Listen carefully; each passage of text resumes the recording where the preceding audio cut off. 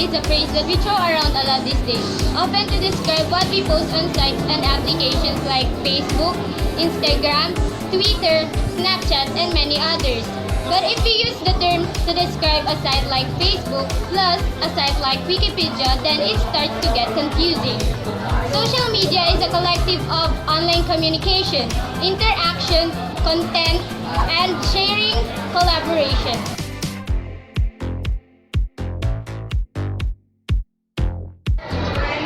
I'm GD Boy from grade 11 Aristotle, and you are? Joraima Aguk from grade 11 IC. Trisha Taberna from grade 11 ABM Aristotle, and you are? My name is Katrina Riera from Tendol.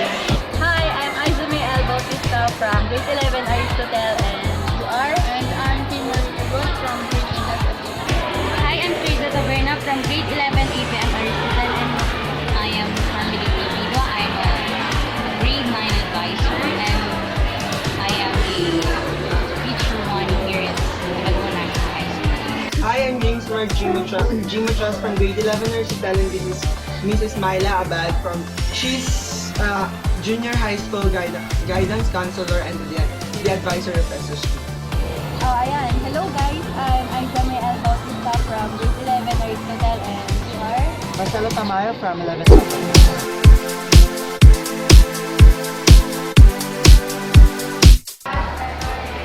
Social media is a means of communication that has the power to influence people. Pinili ko yung yung example ng social media is yung Google, YouTube, then Facebook.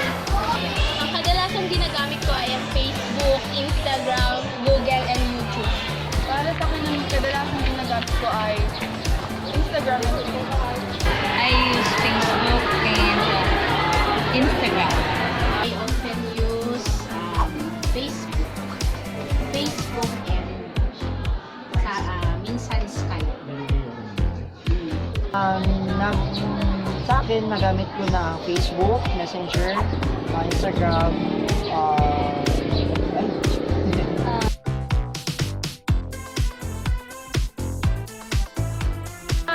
Pinili ko yung yung example ng social media is yung Google, YouTube, then Facebook. Pinili ko yon dahil nakakatulong yon para mag-grow pa yung mga kaalaman ko tungkol sa modern world. Pinili ko yung Facebook para makakilala pa ng mga ibang tao na hindi ko nakikita through face-to-face. Yung Google naman, ginagamit ko to para maka-search ng assignment at para makagawa ng mga requirements sa school. Yung disadvantage ng Google is maraming information din doon na walang katotohanan dahil gawa-gawa lang yun ng mga walang hindi professional. Then, sa YouTube naman, para makapanood ako ng mga pinapakwan sa ibang bansa. Yun. Tapos yung disadvantage nun, nagiging addict ako sa mga gawain doon. Tapos di ko nagagawa yung mga iba kong trabaho. Ang disadvantage is yung masisira yung mata dahil sa sobrang paggamit nito at saka hindi mo na pupukusan yung pag-aaral mo dahil yun na lang ginagawa mo nanonood ka kaya kung ano ang ginagawa mo nanonood.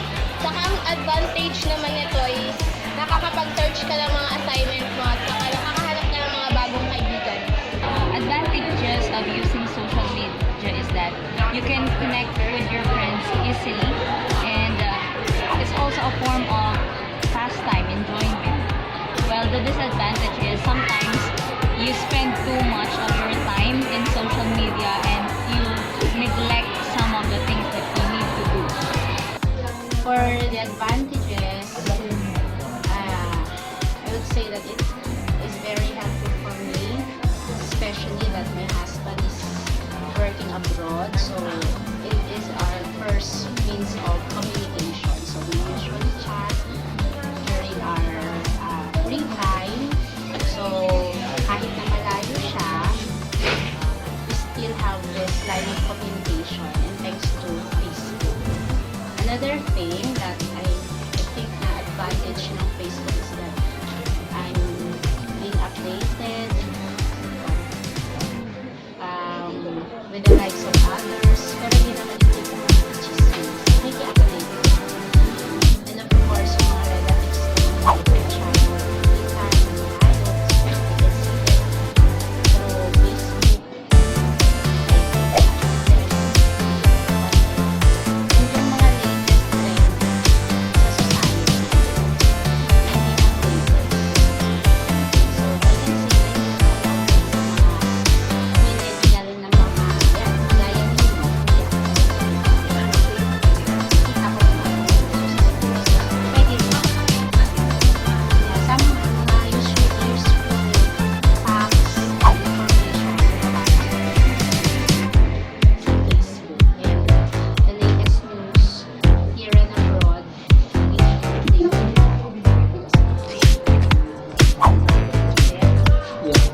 How about disadvantages? Disadvantages ng social media.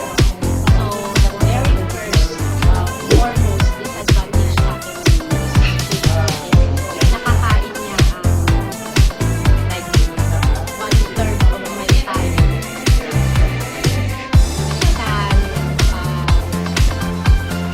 Instead na may gawin ako na kakain ng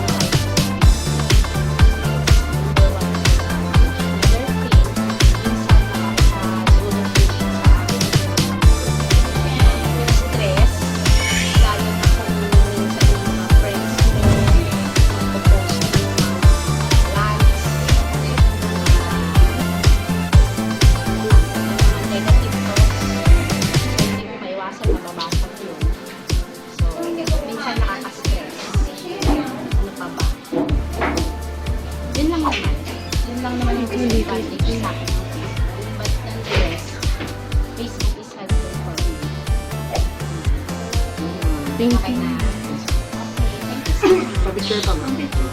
Sa akin kasi, yung kasing social media para sa akin, ginawa yan at kailangan natin gamitin yon para sa tama, para masabi natin sa iba yung mga kailangan nilang gawin, na hindi yung kumbaga gagamitin natin yung social media as a channel, yung ilabas natin yung galit sa kanila, yung pahiyain sila, di ba? Kasi minsan kasi naranasan ko na yun, kailangan natin gamitin at gawin yung mabubuti.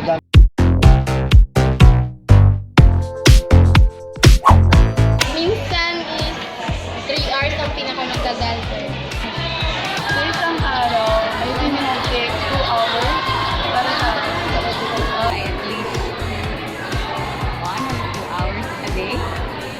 Ay, sa isang araw. Oo.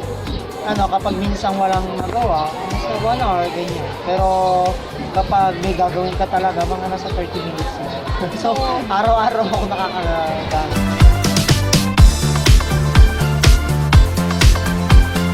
Yun, kailangan limitado yung oras ng paggamit nila. Kaya dapat gawin na muna nila yung mga dapat nilang gawin sa bahay or mga gawain sa eskwelahan bago gumamit ng social media.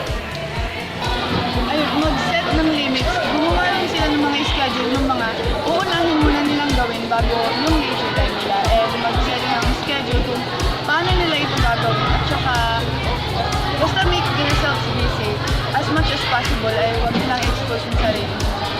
Mapapayo ko sa mga kabataan na gumagamit ng social media is that you should know how to balance your time. You should be aware kung gaano nakatagal yung ni-spend nyo sa social media and use social media sa advantage nyo. Gamitin ito sa paraang makakatulong sa pag-aaral at hindi ginagamit mo lang ito sa mga walang kabubukan. Yung sa mga gumagamit ng social media, hindi naman siya masama ang gamitin. At hindi ko rin naman sinasabi na huwag niyong gamitin kasi nakakatulong din naman yun in fact para sa atin. Ang gusto ko lang sabihin sa atin, sa inyo, na gumagamit ng social media ay kailangan nating maging wise sa mga oras-oras at saka sa mga sasabihin natin. Hindi yung kapag may mga nakita tayo at may mga nalaman tayo mga news, eh magre-react na kaagad tayo. Pwede naman natin itong deep inside na lang na, ay, gano'n na lang pala, react na lang natin. Kung sasabihin natin ng how can I use my voice through media. Minsan kasi, yung voice na yon kailangan limitahan. Hindi naman lahat-lahat maganda. Meron pa rin yung mga bagay na masama. So, kailangan natin maging wise sa paggamit ng social media. Media has been powerful nowadays to get any information. Social media creates more opportunities to people who was trying to find jobs or else. Powerful in the sense that we learn and share our information with others. By using media, we're able to help others. We have the freedom to speak out what information we have. We can connect ourselves to everyone or even to other countries. But sometimes, for being powerful of media, some lives affected. It can harm other users, people or even children who abuses the use of media. And lastly, powerful due to that, we're able to nurture our knowledge, skills, and the use of media became more interactive and easy to access anytime and anywhere.